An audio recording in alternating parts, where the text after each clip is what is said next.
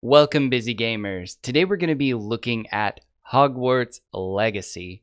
If you are already familiar with this series, go ahead and skip straight to the gameplay or the discussion section. And if you're looking for that full review, I'm going to be putting it in the end card and the show notes as soon as it's posted. So, what's a first look? For me, those first few minutes of a game are always going to be crucial. They set the tone, they determine if I'm going to fall in love with this game. So for this series, I'm going to be bringing you along in that first few minutes. I'm going to put that timer up in the top right-hand corner, and I'm going to be playing for just 30 minutes. As I play, I'm going to give you my live thoughts and my reactions before I give a quick summary at the end. Now, Hogwarts Legacy was developed by Avalanche Software, and it was published by Warner Brothers Games, and it releases on February the 10th on PS5, Xbox, and PC, with older generation consoles and Nintendo Switch getting the game later. This game's an open-world RPG set in the Harry Potter universe and the surrounding area for the School of Hogwarts. You'll get to experience the period before the books and a completely unwritten period of the 1800s that sets up the school and the wider wizarding world. You'll be taking classes, exploring the grounds, making friends, capturing magical beasts, brewing potions, and flying around on brooms and wild beasts. It truly seems as if the team at Avalanche has designed it so you can be your ideal wizarding self. You can make it your own with a lot to engage in and a ton of customization. I'm really excited to pick up my wand here and to make that difficult choice of what house I'll end up in. I might want to be a Ravenclaw, but if I'm truly honest with myself, I think green's going to look really good on me.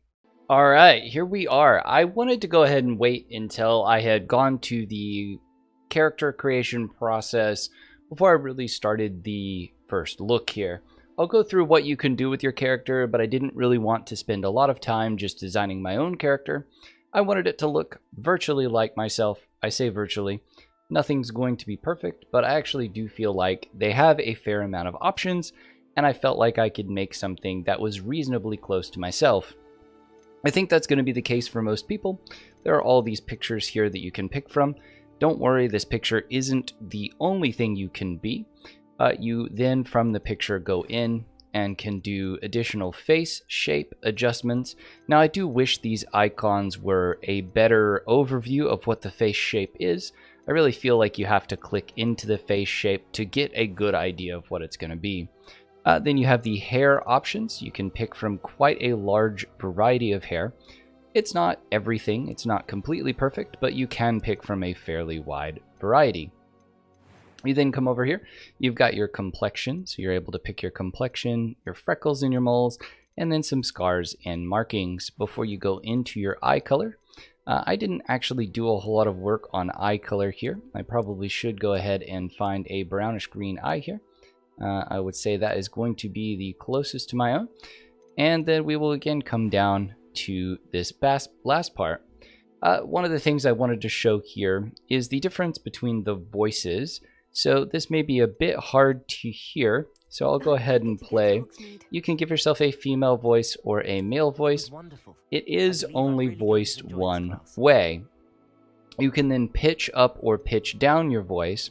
And honestly, I think before I've done anything else, I'm just not going to recommend this. You pitch down your voice. I could very well be able to help you. And I don't know how well you can hear that. I'll do that one more time. A few cobwebs and some dust. Nothing. That was quite something. It was wonderful. I believe I'm really going to enjoy this class.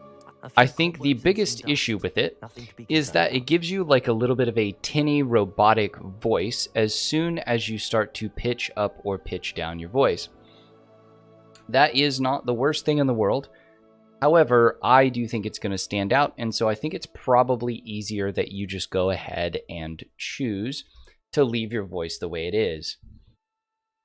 Now, it is personal preference, but I think you might get frustrated long-term after you hear a lot of his voice. You can then choose your name. Altura Eckert is something that I have chosen since I was a child, since probably about the time that I would have read these books in the beginning. And then you can choose witch or wizard, and that will determine what dorm you stay in. So basically, your gender is determined here. And so I don't think that's necessarily a problem. I like all of that. I like the features.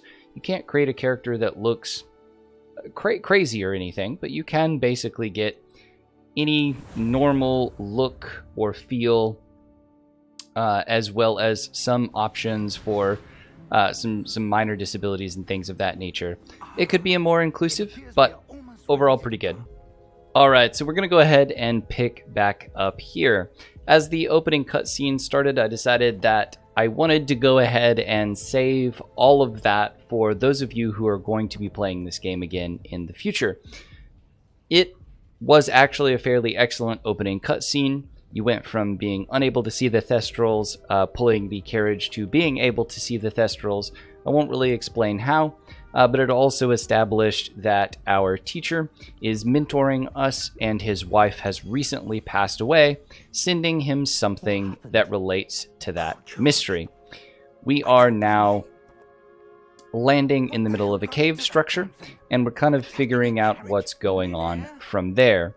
We were attacked by a dragon. That is spoilered a little bit here, and you can see the timer up in the corner has advanced pretty significantly.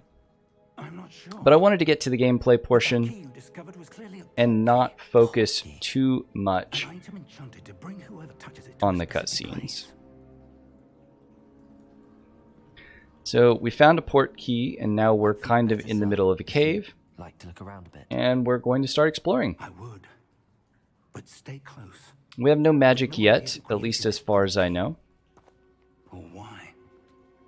We have normal standard movement, WASD, if you're playing on the computer. If you're playing on console, of course, that will be intuitive.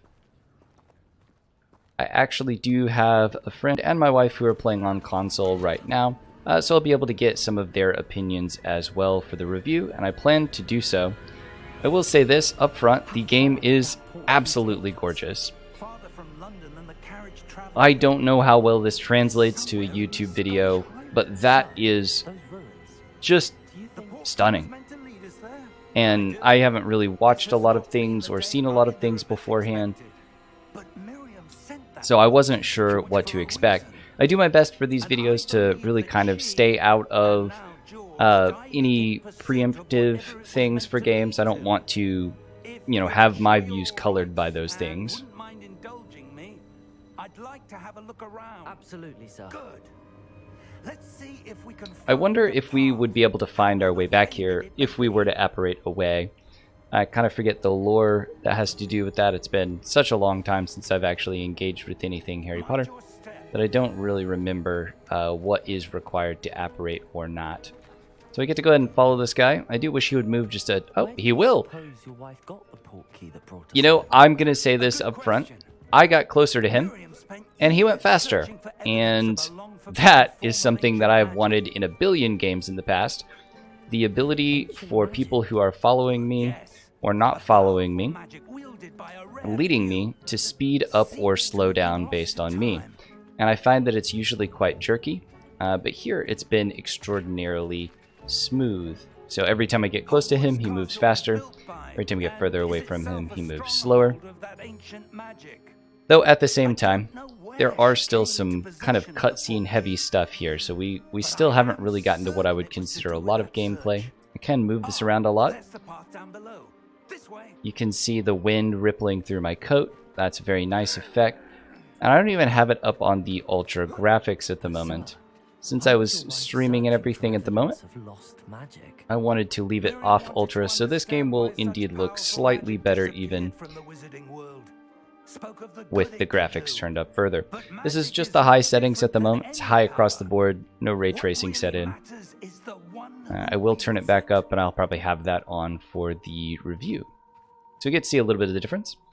Come to this kind of waxy wall here. It's not cold enough here. It appears to be a sort of enchantment. Someone wanted to. It's pretty cool looking, though. Let's see some of that wand work you were practicing. Alright, so we're going to get to use our wand. Basic cast is a new spell, so just left click is a normal basic cast. Okay, so it's just a normal spell.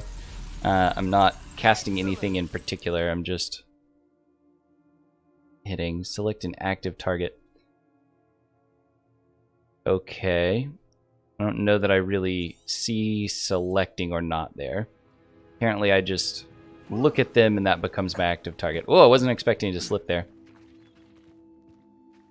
Okay, so I can see that I've highlighted something if I'm looking at it. So right here, I would assume I would hit that, and then the one up here. What's my range? My range is actually pretty high. Okay, so my range is actually pretty good. I don't know why I'm destroying this stuff. More for practice than anything else.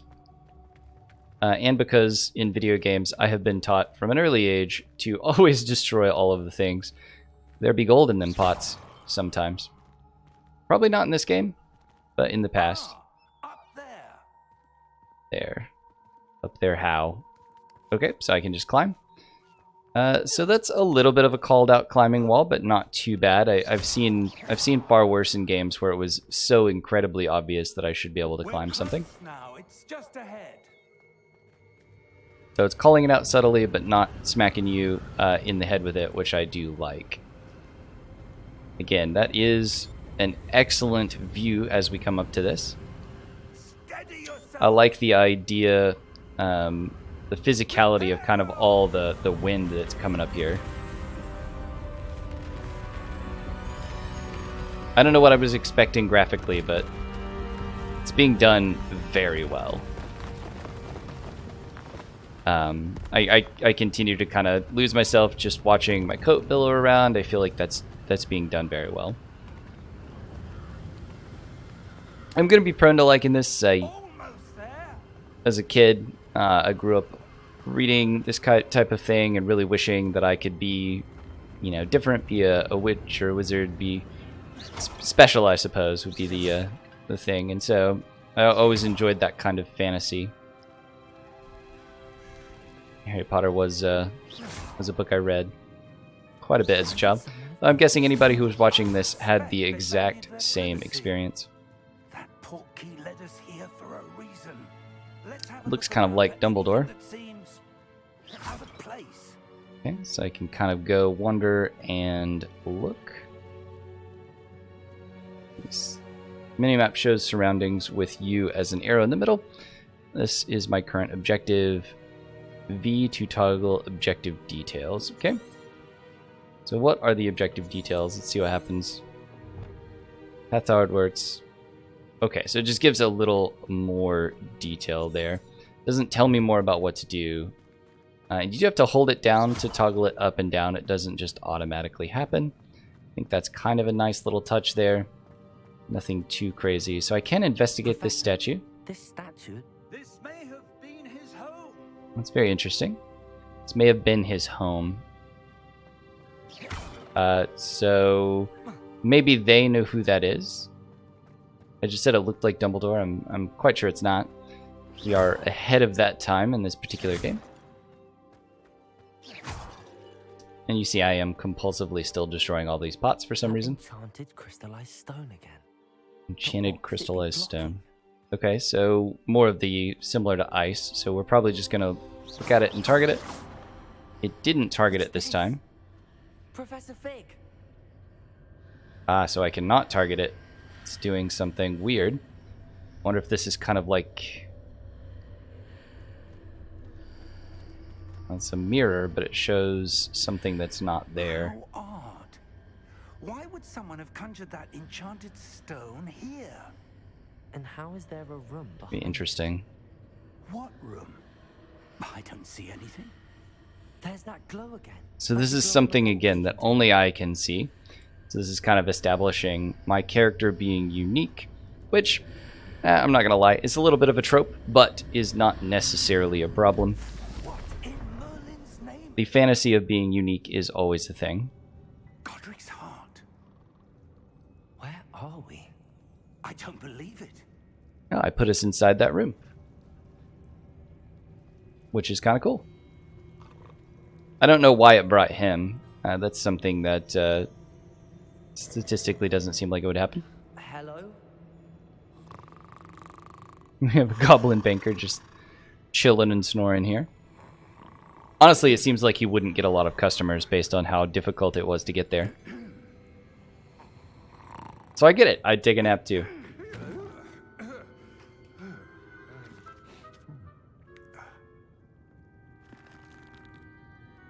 It can't be. I like his look. Just a moment. Bright eyes, relatively happy looking. Ooh.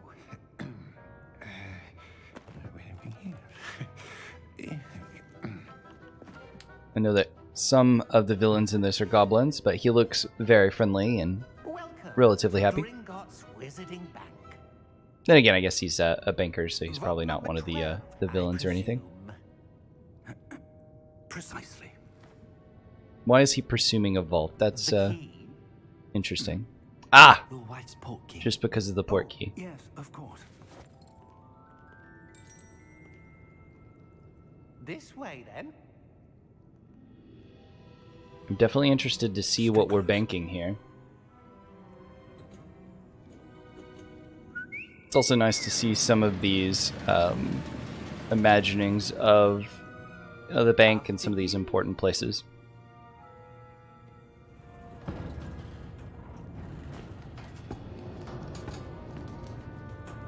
Keep your hands inside. These contraptions are pretty cool, actually.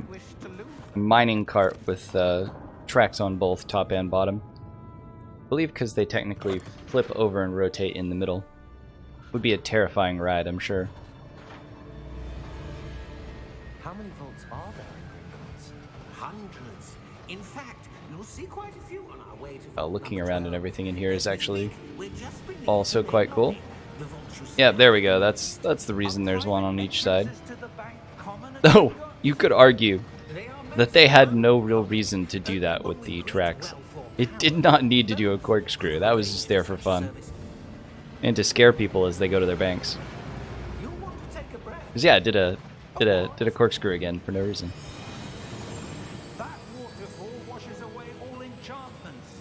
It's a security measure. I suppose take a breath is enough warning, but I don't know. I think I would probably still be maybe a bit upset if I got drenched. We're passing now. How deep are we going? Vault number 12 was commissioned shortly after Gringotts was founded over 4 centuries ago. It resides in the deepest part of the bank. Somehow we got a vault that is in the deepest portion. To go. Which kind of adds to the mystery, right? There was somebody down here working, though.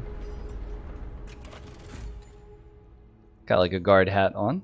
Vault number. Vault 12. Momentous day. Momentous day, alright. On your way. He looks a tidbit more angry, but probably makes sense for, you know, a guard. He was wearing an interesting magical bracelet or armband. It looked like it would kind of glow in red. And then he immediately left after seeing us. That was a bit odd. It was glowing. Like the glow you saw on the portkey container. No, darker. I saw that same glow on the dragon's collar. Okay, so hey, I am proud of myself because I noticed something. I noticed something that was then called out in the game, so I feel like my powers of observation are on point this evening, which is good because I have multiple drinks in front of me. One of them is coffee. A long day at work, and we're getting some relaxing in here. At the moment, I feel like for a first look, I will be somewhat unable to tell you a ton about the gameplay. It's a bit disappointing. It has been a very enjoyable experience so far, but we haven't really gotten to a lot of actual wand work or a lot of actual gameplay yet. Until today. Visiting number 12 for the first time. This is a similar to Harry Potter himself, going to his parents' vault for the first time in forever. Kind of has that same general feel. Thank you for your help. I like the idea of these vaults as well. I don't really see people store a lot of things in any kind of vaults anymore outside of the, oh, I don't know, the garage door type vaults that you see. I'm not sure. Sir, I wonder if you The might... instructions for Vault 12 indicate that I am to grant access to the holder of the key and then close the door. Well, I don't like that. Grant access to the holder of the key and close the door. Professor? That actually seems Certainly terrible. unexpected. Let me think. Because now we're There must be just something locked here. in. I mean, there's clearly something shimmering at the end, so... Revelio. Yes, a revealing charm. No time like the present. Let's see. It what does we're seem like we're going to missing, learn a new spell, which is shall we? nice. Ready your wand and focus. Steady your wand with your mouse and guide it along the symbol's path to learn the spell. Press the corresponding input when prompted to accelerate your wand's motion along the path. Okay. So... okay.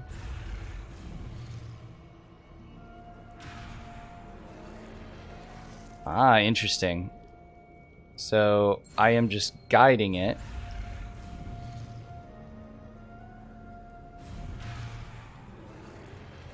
What am I doing wrong here? Press the corresponding input when prompted to accelerate your wand's motion. Okay, when I go across, I need to press it again. I don't hold it down or anything of that nature. That's what I was messing up there. So, each time you cross it, you need to press the button. Revelio. There, I saw something. So, that prompt could be, Closer well, and could have try been again. done a bit better. Then again, it could just be me not paying enough attention. So I'm not really going to give him a hard time about that. Well, that's a start. The learning of the spell was I satisfying, though don't suppose you see probably a way could have to- been. I do, Professor. That symbol has the same Done a glow bit as the better. one I saw on the port key container. So I don't see it glowing in the video here. Reveals the way forward. Then I dare say we are about to discover the secret of this vault. Okay. Lead the way. In we go. I assume investigating it will allow me to touch it and open it. I am curious. I'm sure they explain why me touching things This is no automatically lets ordinary us in. vault. I suspect we will need to earn our way out of here. What do you mean, earn our way out? Do you think this is some sort of test? I do. But to what end, I Okay. can't say. Stay close. There will be no disapparating if things go poorly. Not out of Gringotts. Yep, can't disapparate in Gringotts. That makes sense. We are kind of set to a walk here, so we are just strolling around. It's got an interesting misty feel to it, but your visibility, your range of view is actually very low here. I don't know what we're going to be expecting. I see something up ahead. What is it? That glow again. So basically I'm Up just on the floor. seeing this ancient magic or different magic that only I can see.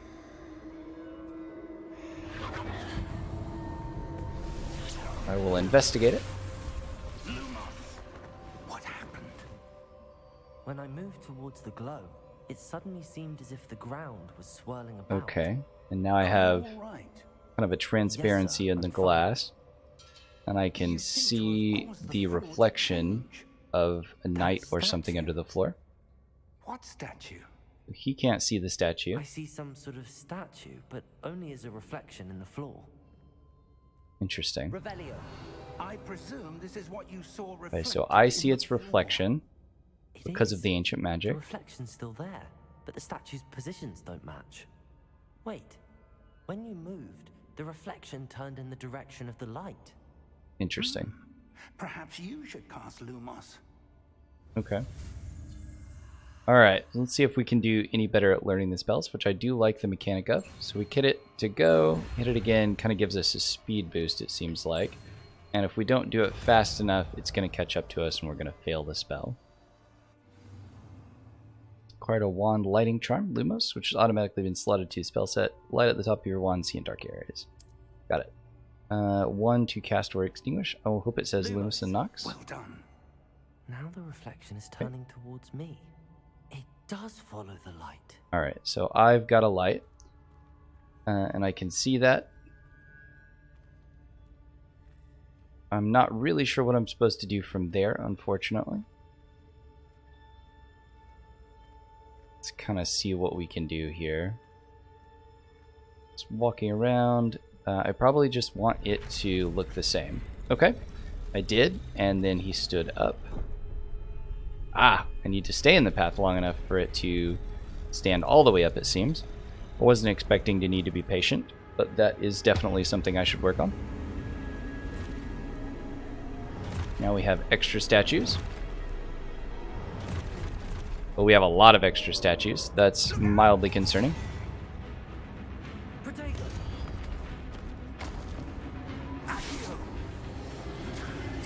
Okay, so he is going to do some of the fighting for me, which is nice. Though I would have liked to give it a shot.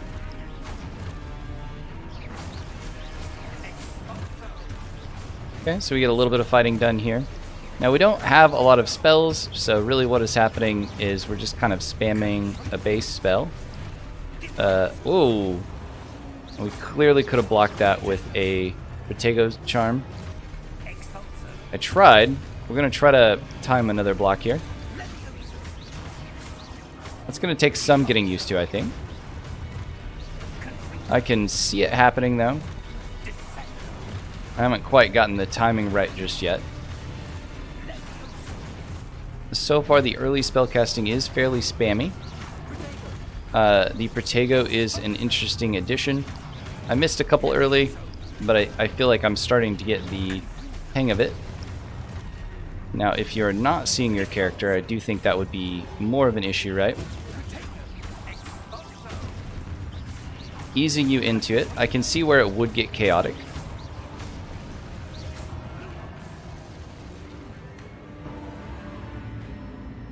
Alright, we are winding down from that fight, it seems.